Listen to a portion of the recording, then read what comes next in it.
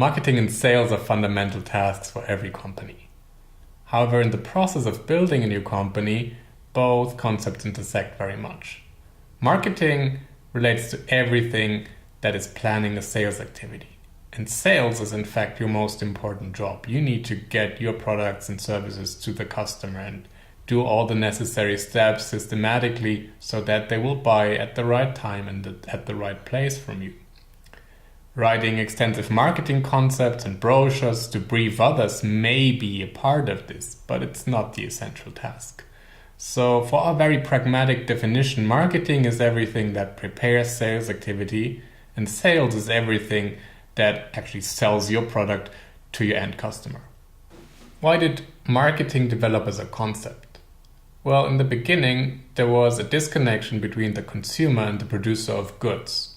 So through the value chain, they needed to somehow make sure that their products were sold in the right fashion to their final customers.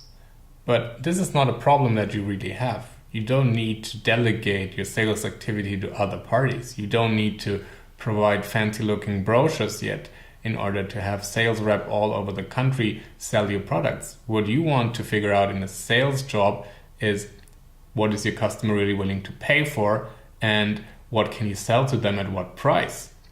And this is a job that in the beginning you and your team mainly need to do on your own. We've already discussed this in customer development, and that's exactly your job.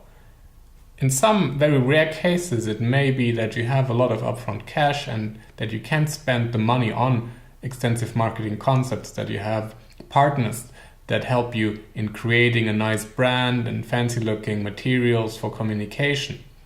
That's a job that you can still do later on, because the big question is, what will you write into these materials if you don't have really a proof point of what your customer is actually willing to pay for and what they are willing to buy from you?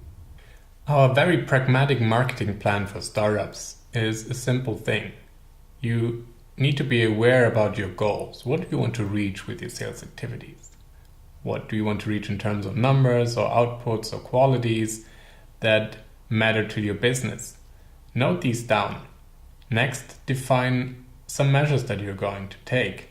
This means how are you going to approach the right customers? This can be calling them on the phone, analyzing their LinkedIn profiles, getting through the phone book, or meeting them on the street. And then see for yourself and evaluate in the third step, what is the best ways that you can communicate about your product and make them eager to actually buy something from you.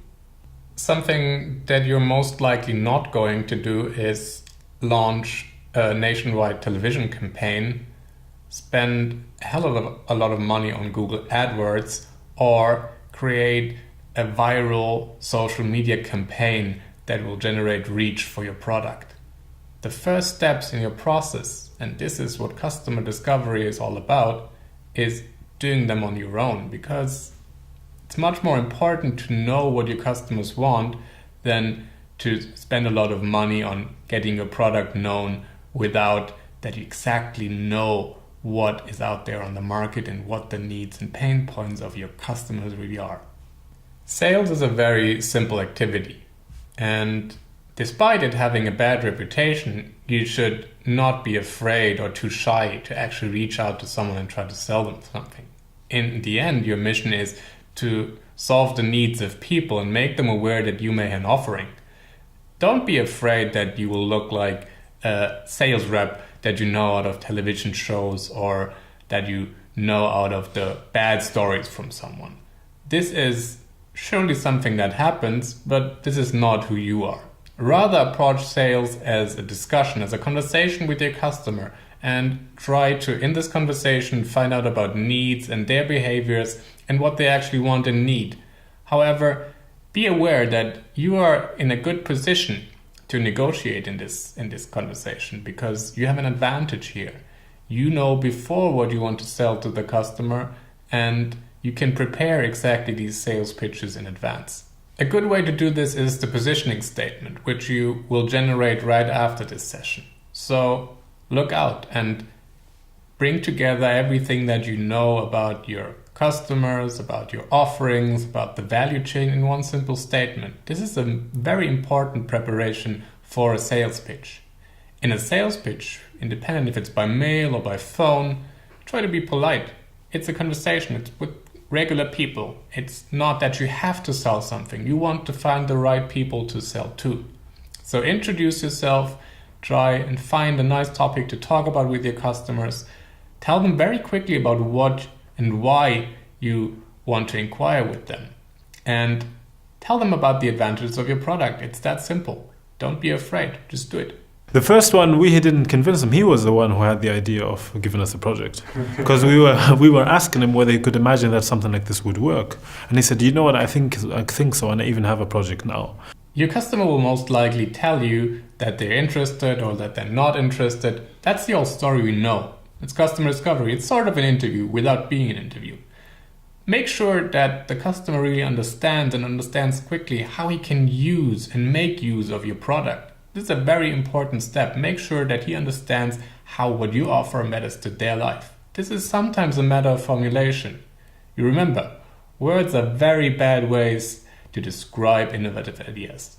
So really had to make sure that people actually sit on the machine, they know like how it feels and get this emotional thing going, that they really experience how that is different. And so we spent quite a bit of money, of the little money we had in the beginning, on this larger exhibition fair in Germany to show our equipment there, and we were able then to get the initial traction from that.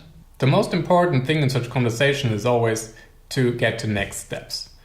Ask your customer if you can send them something, if you can drop by their offices and do a product demonstration, if they would be willing to buy a demo product or drop by your office and watch the demo if you can't port it. It's very important to infer action from these calls. Otherwise, they're just nice information talks. In the beginning, be sure that they will pay you if it works, but just do it for free and work together with the customer, because you will learn so much, especially in B2B. I think that's the best approach and the best learnings we did.